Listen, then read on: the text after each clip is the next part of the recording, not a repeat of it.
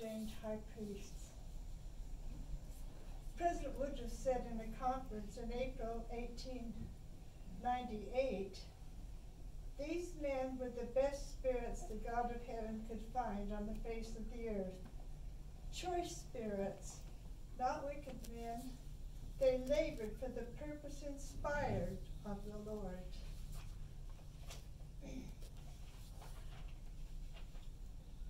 I begin with these thoughts to remind you that we're truly kindred spirits. We're learning the gospel together, even though on different sides of the veil. My husband continues to put his energy in working for the Lord.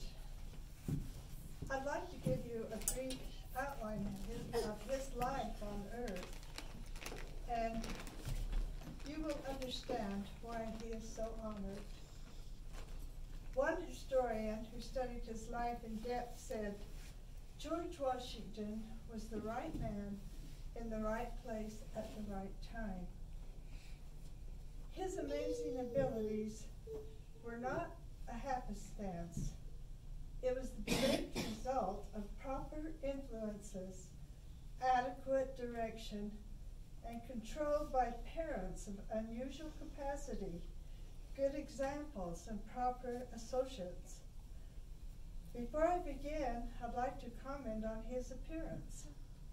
George Mercer's description said, quote, "He may be described as straight as an Indian, wide-shouldered, long arms and legs. His features are regular and placid, with the muscles on his face under perfect control. In conversation, he looks you full in the face. His voice is agreeable rather than strong." And Benjamin Latrobe said, "Washington has something uncommonly commanding in his walk, his address, his figure, and his countenance." At death, he was measured at 6 feet 3.5 inches exact. In comparison, like to Abraham Lincoln, Lincoln himself said, "I am 6 feet 4 inches tall, nearly." And George always stood straight and tall, and Lincoln might have bent over just a little bit, so they would stand looking at each other straight in the eye, I think. Unfortunately, all the portraits of him left much to be desired. Gilbert Stuart portrayed more than 120 pictures, and they all differed in facial contour, and it was justified to conclude that sometimes it appeared they were different men. The family refused to give their approval to the image most Americans carry of him. So with that, I still love the picture because it's, it's what we grow up and what we think of him. But the family didn't like it, didn't think it did him justice. Rembrandt Peale also did some paintings, and the family partly approved of him. There's several pictures of him that he painted with George in his uniform, and the closest to show you tonight is the face over there in the Valley Forge up in the corner is kind of a replica of his face that Brother Peale did. We call it that. Mrs. Ruth Stedman Druliner was commissioned to do a portrait. She used 2 life casts directly from Washington's face. It is an impeccable, accurate model of his face, which even showed the texture of the skin and individual hairs of the eyebrows. And this large painting that I have here tonight is the result of her painting. And we love it. I love it. As his wife. Now to his life story. The local midwife said, "My goodness, but he has large bones." I believe they're the largest I've ever seen in a baby at birth. Mrs. Augustine Washington gave birth to her first child February 22nd, 1732. Other neighbors were worried about his large bones and not enough flesh. All his life he continued to have a raw bone frame covered only by strong, lean muscles. Much like his father, who had legendary strength, he was tall and strong. Other qualities include a quiet man, a good listener, an inspired faith and confidence. He was a leader, enterprising, never tried to dominate others. He was a working farmer, and he did not live the social life. That's father and son. Now, Mary Ball Washington was August's second wife. First wife, Jane, died after having 4 children. The first 2 sons, Lawrence and Augustine, played a large role in George's life. Mary was a very active woman and gave herself completely to her children. She used a very effective combination of gentleness and constant insistence, which helped him develop habits of obedience, responsibility, and general excellence. Later, when she was asked which lesson she tried the hardest to teach George in his early years, was to obey cheerfully. August and Mary should not be considered as average. They were very much above the average in strength of character and in personality. August was the leader, and Mary cheerfully accepted his leadership. As a result, George had complete faith in his father and developed a large store of his father's wisdom.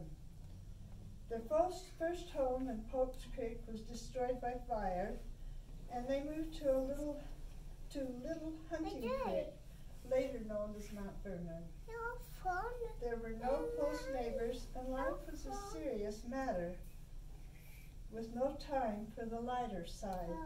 Children expressed the feeling of importance as they joined in the work of the home and the farm.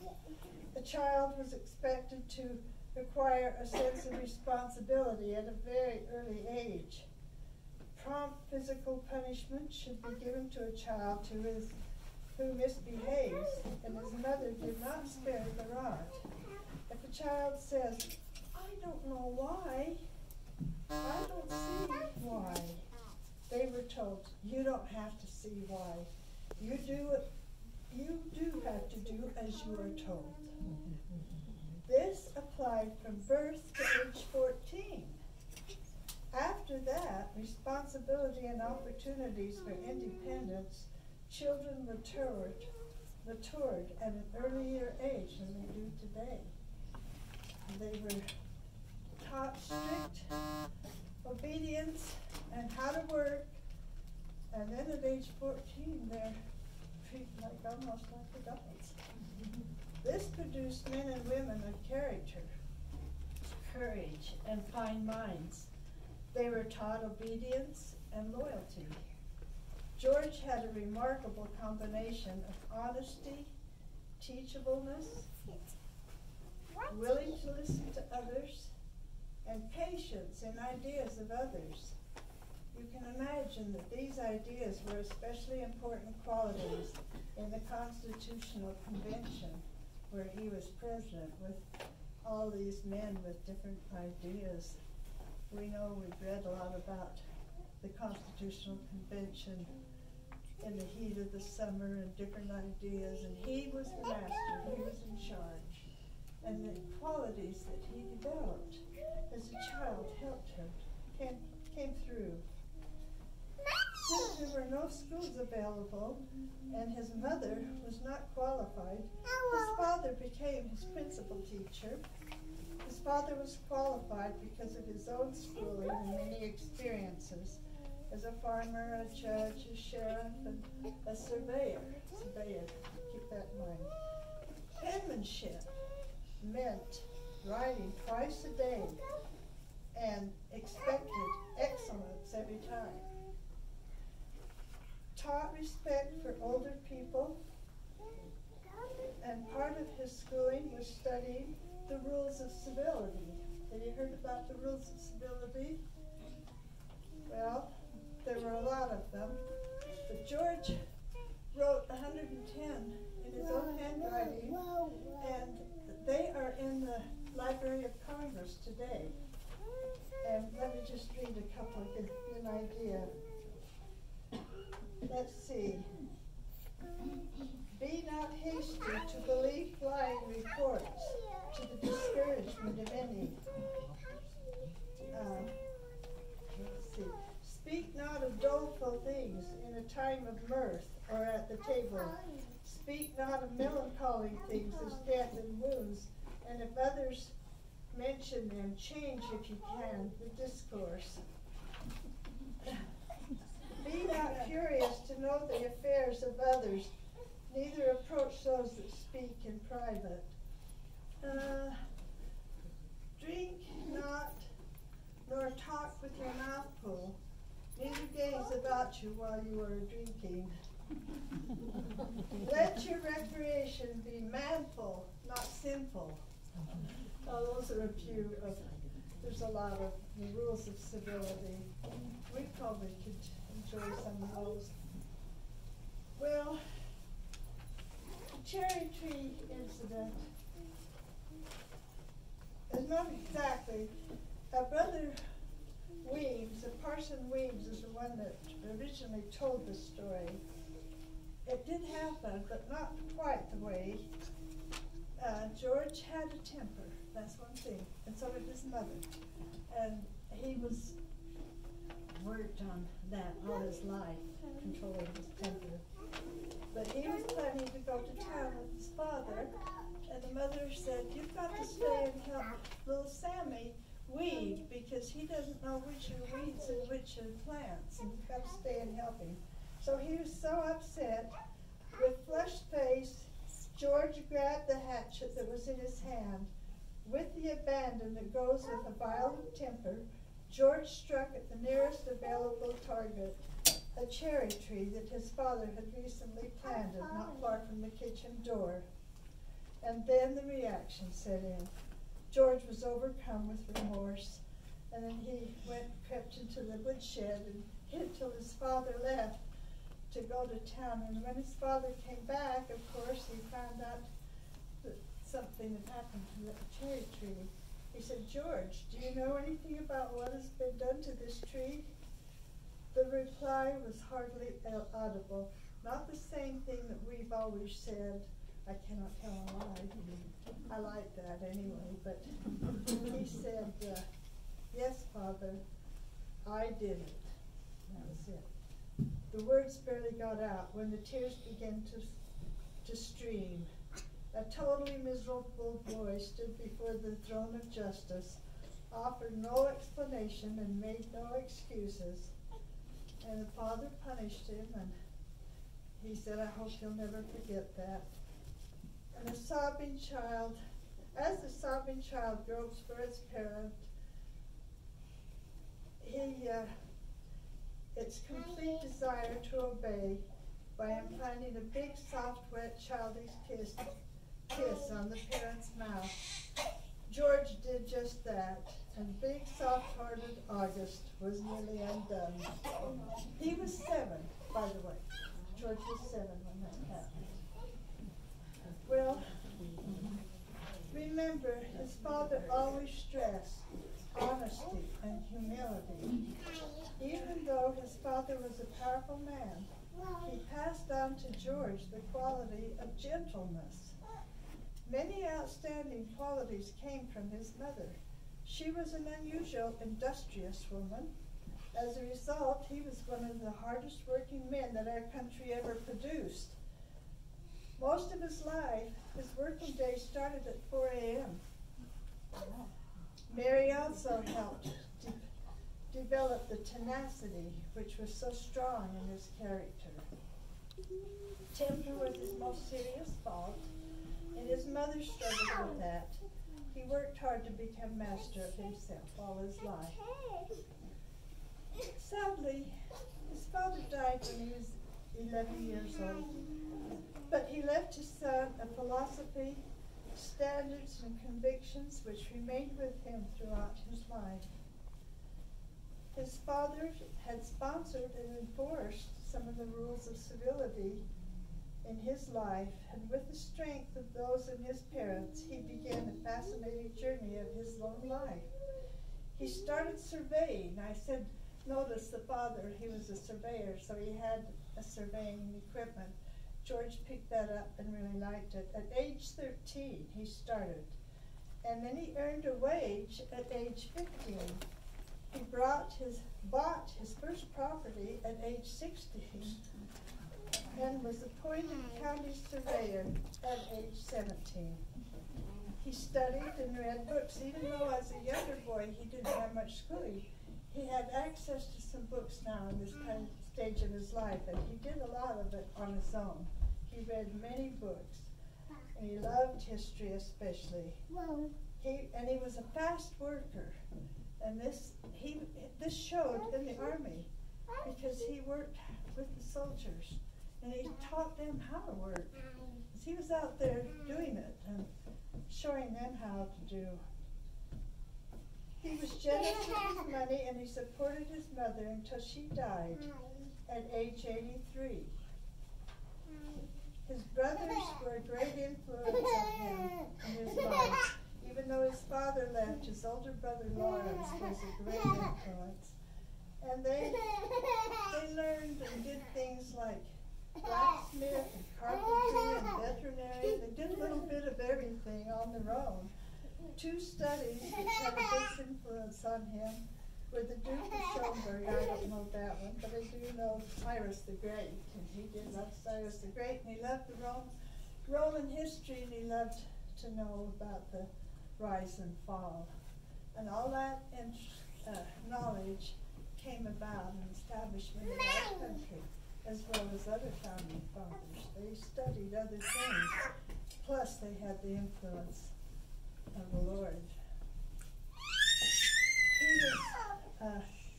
When he was 23, he became a commander-in-chief of the frontier forces of Virginia. Now, he had worked with the British Army. He had been with the British Army in several battles that you'll hear about. And if you're watching the history, you're watching that history it shows that he made some bad mistakes when he first started. He was young and didn't know any better. And he made some mistakes, but he learned fast. So when he was 23, he was marching with the British soldiers against the French, who also had a lot of Indians with them. And during those, I wanted to tell about that one though. So they were marching out against the French. And George tried to tell him, he'd been already out in the fighting for several years, and he knew, he had learned how the Indians fight, and they do ambushing and hide, and they don't march like the British did, but this General Braddock, he wouldn't listen to George, and he marched his soldiers out in a row and like a parade march, and they were attacked by the French and the Indians, and were killed, most of it. The governor was killed, and George was spared, although he had 4 bullet holes in his coat, and 2 horses were shot out from underneath him. But I need this story to tell you about George. There was an Indian that day, Red Hawk, and he wanted to kill George Washington along with all the rest of them. And he said he shot at him 11 times, and he was a perfect shot, and he never missed. He said he couldn't shoot him. He finally stopped shooting, and there were 17 of his soldiers that shot at him. And 15 years after that battle, that general met George when he was traveling with some friends, and he came up to him and he said, he had an interpreter, and he said, "I am a chief and ruler over many tribes. My influence extends to the waters of the Great Lakes and to the far blue mountains. I've traveled a long and weary path that I might see the young warrior of this great battle. It was on the day when the white man's blood mixed with the streams of our forest that I first beheld this chief Washington. I called to my young men and said, 'Mark you, tall and daring warrior, he's not of the Redcoat tribe. He hath an Indian's wisdom, and his warriors fight as we do. Himself is alone exposed. Quick, let your aim be certain, and he dies.' Our rifles were leveled, rifles which, but for you, knew not how to miss. They never missed anyone." He's talking to George Washington, said, "Except for you, they never missed. 'Twas all in vain. A power mightier than we shielded you. Seeing you were under the special guardianship of the Great Spirit, we immediately ceased to fire at you. I am old, and soon shall be gathered to the great council fire of my fathers. But before I go, there's something bids me speak in the voice of prophecy. Listen. The Great Spirit protects this man, pointing at Washington, and guides his destinies. He will become the chief of nations, and a people yet unborn will hail him as the founder of a mighty empire. I have come to pay homage to the man who was the particular favorite of heaven and who can never die in battle." And that is so true, because he led his army in more than one battle and had horses shot from under him, and he led out in the front, not in the rear. So he was destined to be great, and I like that story. So during those busy years, he had a special life of serving in this army and doing surveying work and going to parties and dances like a wife. And then, when he was 26, we met. I had married a wealthy Virginia planter when I was 17, and he was 13 years older than me. I had 4 children. 2 of them had died in childhood. But the death of Daniel Custis in 1957 made me one of the richest women in Virginia. I met George at a neighbor's home in Williamsburg in early 1958. He was a colonel in the Army, and I was 8 months older than he. We were married in January 1959, and he always called me an endearing childhood nickname, Patsy. We had a very loving relationship for 40 years. We enjoyed each other's company, and I tried to support him in any way I could. I joined him at Valley Forge